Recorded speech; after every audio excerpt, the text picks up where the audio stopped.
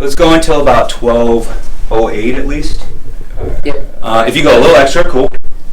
Hey, it's Scott Todnam from the Health Classroom. You're about to witness a behind-the-scenes look at our podcast experience with the middle schoolers. We have two 7th grade understudies, Dayon and Nico, and they'll follow along with our 8th graders as the 8th graders talk about all topics within teenage life. Then, in the middle of and at the end of this episode, the 7th graders will do their own reflecting on the topic of the day. This allows me to coach some of the younger students to be potential leaders in the future. If you're looking for the full, polished version of this episode, that's an entirely different link altogether, and I'll include that in the video description here. I'll be back at the end to wrap some things up. For now, here's Dayon and Nico as they follow along with 8th graders Dhruva and Kanishk as they talk about mental health in middle school life. Enjoy. Hello everyone, this is the Life is the Future podcast, and today we have Aryan and Monish. I'm Dhruva and this is Kanishk. Today our main topic is going to be on mental health. So we have some questions. They're just going to answer like however they want, and we're just going to add on our own opinions to it. So you want to say the first question? Yeah. What is mental health to you guys, and why is it important? For me, mental health is basically just keeping, for me, mostly my mental health is just timing. It's just all about timing. I try to make plans.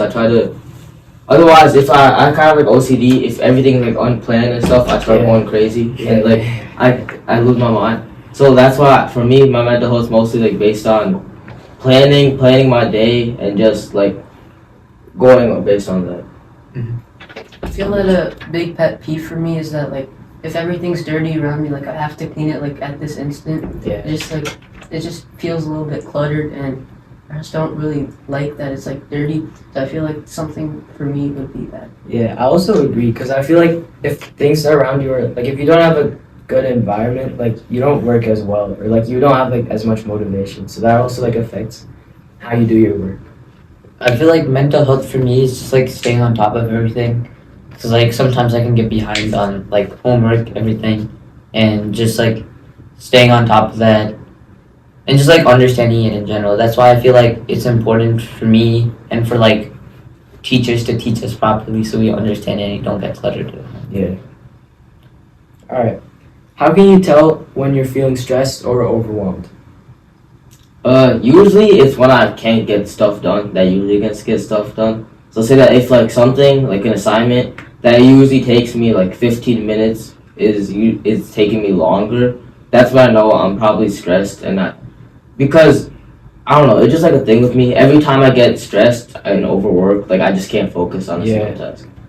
Yeah, I would say the same for me. But what I like really like think of when I'm feeling overwhelmed is like I just like go onto something else, like not the task that I'm assigned to at first, because usually what I do is like I go on my phone and start scrolling, so that just like it just becomes distractions. And it takes you like away from your actual indication that I'm overwhelmed. Yeah, I feel the same way because like I mean yesterday I was studying for our math test and like I could not get the answer right. So I mean I just went on my phone and started like scrolling. But then I realized, I mean, it's not going to get me anywhere by just scrolling. And if I didn't try and solve the math problem. So then, I mean, what I just do is I just put the phone away, I guess. All right. What are some ways to take care of your mental health every day? I'd say doing the stuff that like you know works and is like helps you. Like I said before, like me, it's my planning. That just helps my mental health. Yeah, for me, I would say like not the distractions like that I usually do like YouTube, but sometimes if I like focus on like the sport I'm playing or like the activity that I have on hand, sometimes it just helps me. So like other activities are kind of distractions, but also it's like to get you focused again. Yeah, I feel the same way because like, I mean, every time I'm just feeling distracted, I normally just go out or like maybe to the gym or play some sport. So it's good to like have it some sort of distraction, but some sort like in some sort of way it should help you. Yes, help you focus. Why is it important to talk about your feelings? for me, I just like all my all my feelings are like cooped up, then it just like makes it worse for me. It just makes me more mad. It just makes me more frustrated, and I feel that it helps a lot if I'm like saying my feelings to someone else. Yeah. I honestly, I don't think I'm that good at this because like every time I'm stressed and overwhelmed, like I sometimes like take it out on like people around me, and it's like it's not a good habit, but like sometimes it just happens. Mhm. So I feel like expressing like Monish does would probably make it better. Yeah. What do you think? I think I do the same thing Aryan does sometimes, but like I feel like I've gotten better at it, and just like normally I just try and calm myself down. If it's really bad, then I'll maybe talk to my mom about it, but otherwise. Yeah, I also feel like it's fine to have times when you're like so stressed and that you don't feel like sharing your emotions because you're trying to figure it out on your own. Sometimes that's fine, but like there's other times when you have to like learn how to be able to be open with the people around you because people will like open up and be there for you, but you don't always like let them help you. Let them help. Yeah. How does sleep affect our mental health? For me, if I don't like sleep, I don't need that much sleep to function. But if I get like at least like 7-ish hours, then I'll be fine. But if I don't get 7 hours, I can't focus on anything. Like Yeah.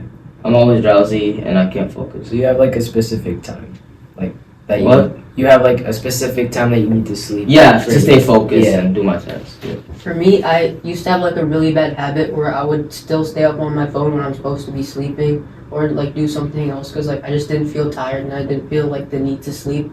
And what happened the next school day was that like I was so like unfocused, so I needed to stop that and I did. So Yeah. Also, do you guys take naps? I try to, but I really don't get because I have basketball Yeah. after and everything, Yeah. so I just don't get the time. But over the weekends, I try to. Yeah. What is? His name is Dayon. I'm Nico. Hello. No, let's redo that. Okay. Yes, that was. Hello. The Alright, worst. I'm Dayon. I'm in 7th grade. And I'm Nico. I'm in 7th grade. So I feel like at the beginning of the part, why that one guy thought that timing was I wonder why he thought timing was the only thing that he associated with mental health. Like, there's plenty more things to associate with it, but I wonder why timing is like the first thing that shot up to his mind. Yep. And I also agree with what they were saying that you can't focus on like homework or a test when you're like overwhelmed with stress and other stuff. But also Nico, so what are some obviously they talked about distractions while you're stressed and stuff. Yeah. So what are some ways you can think to keep away from distractions, especially digital distractions, because technology is pretty much everywhere, like your watch or your phone or whatever. Everywhere. Yeah. So What I would think. Yes. Definitely a good way to stay away from it. Turn off notifications. Tell your friends like if they try to text you like, oh, you know what? I'll be on this time, but don't text me on this time because I will be being busy and I won't respond and you'll just be annoying me, you know? Yeah.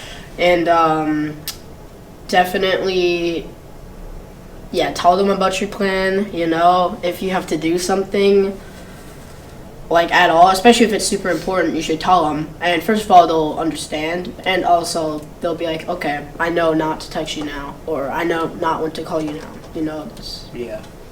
So, but they sort of from the section we watched, distractions.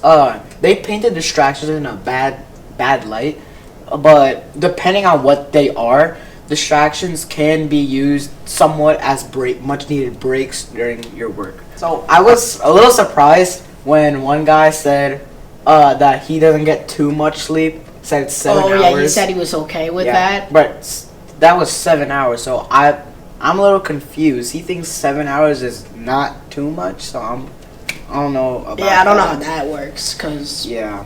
that's not even that bad of a time.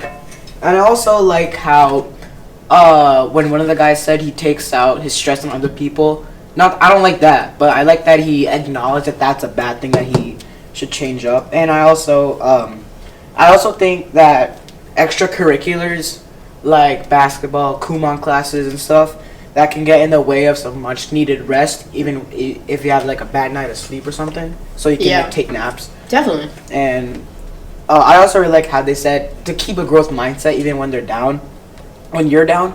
But when they said like let it go if you get a bad test score, I don't agree with that, because if you get a bad test score, you should definitely be studying to how you don't make mistakes on that, like on a final or semester final on that sort of topic. So what are some key points that you know? Takeaways, key points. Well, first of all, I liked how they used actual examples and they elaborated on them. Like one of them said, "Oh, you know what? If I sleep within this time, I won't be as high of a mindset. I won't understand much. I won't focus much." I liked how they explained that, because also people may also feel the same way, and they'll feel like, "Oh, you know what? I'm also like this. I'm not alone." Like they're not only just answering questions, they're also like explaining like their story a little bit more, like, oh, this is how they live and I live similar to them, you know. Like they also gave tips too. I don't know if they meant to do that. Like they're like, while answering the questions, one of them, the mindset one, they're like, oh, you can't just rely off of distractions much like that, and you can sort of, you know, use them as a quick break, like you said. I liked how they said that, because that can motivate some people to do better. Like they can change their ways, how they view distractions too. I liked how they did that. I also liked how they sort of, like how they answered questions, but also they did it in a really good tone where people could understand. Like, you know what? I can do this way, and this is how, you know, and they made it really understandable. Like, you don't even have to watch that long. Like, you can watch one question, you're going to understand it really well. They worded them really well, their answers. Is that all? Pretty much, but I have one question for you, because you asked me one. Okay. And how your response is, and this is sort of an opinion question.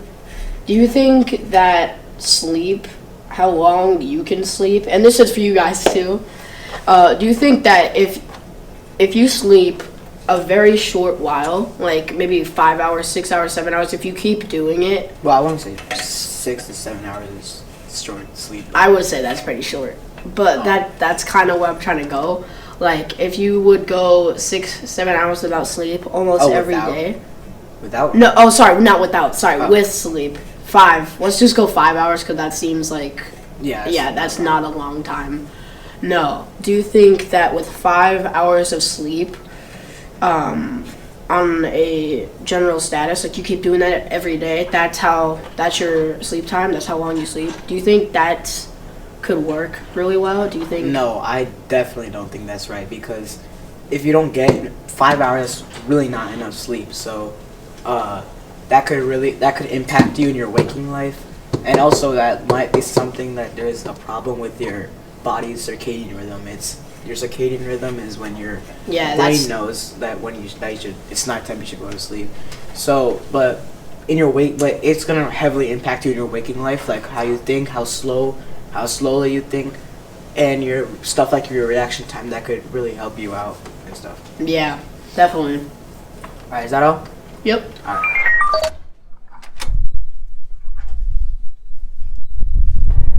Similar to what Monish said, I mean, 6th grade to 7th grade was like a wake-up year for me, because in 6th grade you could just get away with almost anything. I mean, I don't think in 6th grade I even like got close to below an A. Yeah. But in 7th grade, I mean, there's a complete different story. I mean, Maybe I think I failed like a lot of tests. Yeah. And maybe it's just like a way for the school to like, when you first come from elementary school, they're not trying to like go really hard on you. Like Trying to help you transition. Yeah, trying to help you transition. But maybe then it becomes like you take it for granted and you're kind of like, oh, this is too easy. And then next year, you're like, It's also different for like what teachers you had, different teachers. Especially like the workload you get in 7th grade. It's like so much more. I mean, even so much more from like 8th grade what we have right now. Yeah, I agree. That's what I'm trying to do. Like for high school, like I'm just scared that I'm gonna get that wake up call again. So that's what I'm like trying to work. Yeah. Yeah, especially we're taking challenging courses, and this is like, I mean, high school is pretty much like, I wouldn't say life defining, but like next 8 years of your life, Yeah. and like especially. Yeah. How does practicing gratitude improve mental health?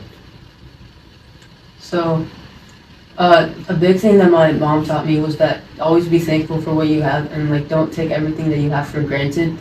It's like a big thing that I always have because like I always say thank you to things that like happen, and I just don't take stuff for granted because I know like there are other kids out there who have like way less than me, and I can't take that for granted. Yeah, to go off of what Monish said, yeah, my parents have also taught me that, but I kind of agree with them because in last year in social studies, I don't know if you guys did this, we did like a project where we like, she said like on a scale of 1 to 10, where do you guys think like, like how, like what top percent of you guys do you think you are? And everyone put like 5 or 6, but then like there was a website, I went through it, and we were like 9 or 10 of like the wealthiest kids. So that's what. Do you guys do that project? I don't remember. I don't think so. Oh, I did you? did that. Yeah, I did yeah. that project. So that was like that's when it like really hit me that like we're really lucky, and that's how you get. Yeah. That was also based off of, like the stereotypes that others had like of us and of that we had of other people. It just like went off that. Yeah. I agree because I also learned about being grateful and thankful for what you have instead of always like wanting to do more or having more. Like, it's fine to aspire to have things or to be able to do things, but you also have to be aware of what you already have and how much more you have from other people who are not as fortunate. Yeah, I agree, and also like I also got like something like that in 7th grade. Me and Dhruva, during social studies, we watched a video. It was the opera show, and it was Nico Valley versus some like a less fortunate high school in Chicago, and they were talking about how that school had like 3 AP courses in total, and it had barely any honors courses in general. While the Nico students were like so surprised, Nico's pool was completely full, while the school in Chicago's pool was like green and was like completely empty. And also, they showed that like the test scores were so much different than between the two schools. It was like crazy to me. I think social studies had like a lot of projects. I remember like you were just talking about this, but I remembered another thing that we did where like we had like a project where we were looking at people's lives across the world, like Africa, and different countries, and there was like a website where you would see how they're living. Like not only people who are less fortunate, but also people who might be like more fortunate. Just how people are living across the world. Yeah, and also like their food rations as well. So there's a lot of things that I guess even in school they kind of try to give you a wake up call if you haven't gotten one already, that like it's important to be grateful for what you already have. Even another thing, me and Kanishk, I think we went to Feed My Starving Children. Yeah. That was just like, it was just we tried what we made after. I felt like it was like really gross. Like how could people like eat this? Like even though it just like gives you the nutrients, but like it doesn't taste good at all. Exactly. What are some healthy ways to cope with stress or anxiety? What I like to do is like you said earlier, like I like to take myself away from the situation. Like for example, I'd probably go to like Rush, probably practice a bit, or like go on a run, or take my dog out for a walk. Something just to take me away from what's stressing me out and making me anxious. Yeah, so like a bad habit that I have, like I said before, I just hop onto like my phone, start scrolling. Yeah. I mean, for me, like, I mean, I don't know if this is healthy, but I mean, I just eat a food or something. I don't know why it makes me focus, but also what he said, I'd go to like the gym, or I'd go outside and play football or something like that, just to get myself active and focused. I think I agree with a lot of that. Especially like getting your mind off of it by doing something else that you like. How can mindfulness or meditation help with mental well-being? Kind of like during COVID, my mom made me try this, and I think my mom said it helped, but it kind of helped for me. I don't know. Yeah, I just felt more calm, and I also felt myself like not going on my phone that often. Cause I don't know why. What was it like? I tried like meditate. Oh yeah. So basically, my mom made us meditate like 10 minutes, like in the morning, like after lunch and before we go to bed, like during the COVID, and it really helped me because I don't know. It just helped me stay more calm and focused, and it helped me take my mind off of things. I personally don't meditate or do yoga, but my mom does yoga. I can actually like sense that she's way more calmer like after she finishes, and she doesn't like and stuff. I mean, just like I guess I stay mindful. Just like acknowledging the things you've done, I guess, can help you stay mindful and helps your mental well-being. Alright. What role does exercise play in keeping our minds healthy? I think we talked about this a lot. Right? Yeah, we had a lot of examples. Yeah, just like going to the gym for me. I mean, going outside. Right. We already talked about this one too. What should you do if a friend is struggling with their mental health? I mean, for me, I don't know about you guys, but this hasn't really happened to me like yet. But if it was happened to me, I wouldn't try to force anything on them because I think that would just make it worse. But I try to help them and be there for them if they need it. Yeah.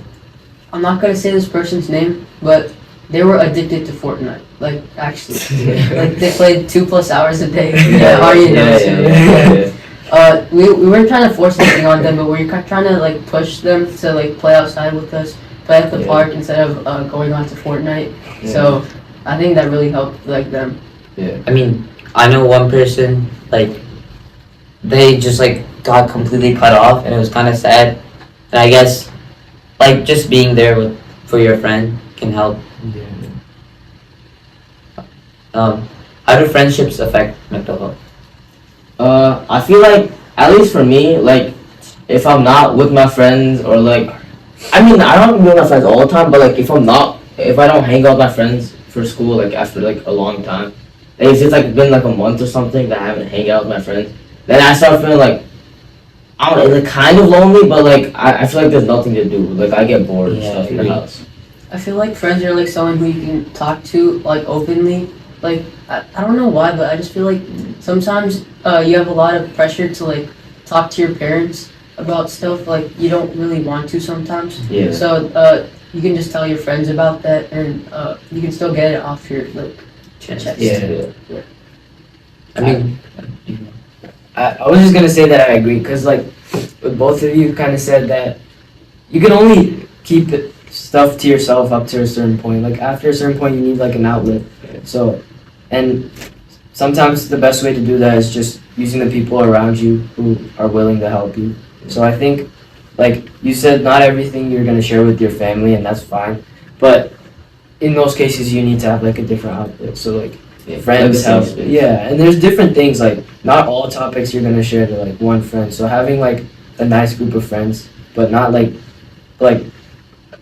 kind of fairly small, so that you can be like sure about what you're saying to them. Rely on them. Reliance. So I agree with like friends can definitely help you when you're in a stressful place. What can we do to be more confident in social situations? I'd say just be in the situation more.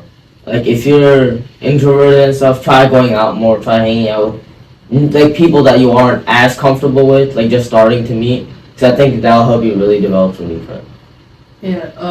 Something that really helped me was I was playing with the people on my street, which helped me a lot in the social situations that I was like in the future, because I kind of know like what to expect and what to expect.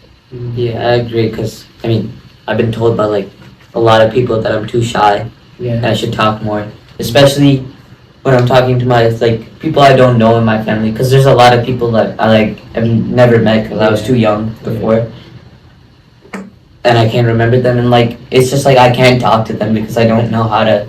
I can't communicate with them like effectively. Those times you feel like you should know them, but you've never met them because they're in your family, but you've never even talked to them. I agree, but even with friends, for me, like trying to make new friends is a little hard if you haven't like been talking to them for like an extended period. Should I press stop on this? Yeah. It doesn't have to be as long. Maybe I'll use I'm gonna start because you started last time. I had a good question, and there was one of their questions too. If you had a friend that wasn't going out much, like how would you feel, and what would you do for them? I feel like, is this guy okay? Is his, like, how do I say it? Mental health, is it okay? Yeah, is his mental health okay? And never mind. Is his mental health okay? Because if I'm friends with him and I like to go outside, he should at least, this sounds wrong, but he should at least, like, go outside with me as well.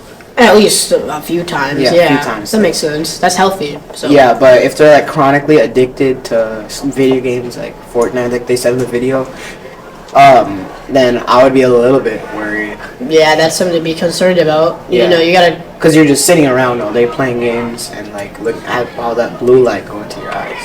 Yeah, it's not good. So I really liked how they said that every morning or whatever time that their mom meditates and does yoga with them. I think that's a really good thing to do. Like after you get home from school and you're like really stressed out, if you like have a test to do tomorrow or you have already done a test, you can meditate and do yoga to help calm you down at home or before you go to school. Yeah. I would also say I'd like to add on to that. Still, I said this last time too, but they do a really good job on it. I like how they kind of give sort of tips and opportunities people could use too. Like one of them said, oh, you know, I like to work out or I like to go outside, and that really makes me calm, just like meditation and yoga does. People could actually apply that to their daily life too, and that could make their mental health do better as well. So I really liked how they said that if you know your friend isn't doing well in mental health wise, that you still have to help them, but don't force them because that could make it worse. I really like how they said that. Yeah. If they're going through like rough stuff, and also I liked how they said that I want to comment on what they said, like that friends are sort of like an escape route, sort of like an alleyway, sort of like when you don't want to, like when there's stuff that you don't really want to say to your parents and stuff, you can talk to your friends about it. And if you can't do that, I don't know if you're comfortable or they're comfortable with you as friends. Not saying that you should let go of them as friends, but I liked how they said friends are like sort of an escape route, because parents, you might think they're older than you, so they wouldn't know about this all new Gen Z stuff like this. Yeah. Is there anything you want to say? No. Okay, so I actually have a question for all of you guys watching at home. Are all of your guys' friends someone that you can talk to when you really don't have anyone to talk to, even your parents? Comment down your answer below. All right. Yeah. Bye. See ya. All right, there it is, an extended and behind-the-scenes look at our podcast experience with 7th grade understudies Dayon and Nico. They did a great job reflecting in their own regard, and I like how they pulled some things that were really useful that the 8th graders talked about, and then also added on some things that they could connect for any other viewers for this episode as well. Remember, if you want a polished version of this episode, we can be found as Life is the Future on YouTube, Spotify, and all listening platforms. We're gonna keep doing this. I think it's cool. Hopefully you do as well. If you think somebody else might benefit, please make sure to share this and look for some new episodes very soon. As always, thanks for tuning in.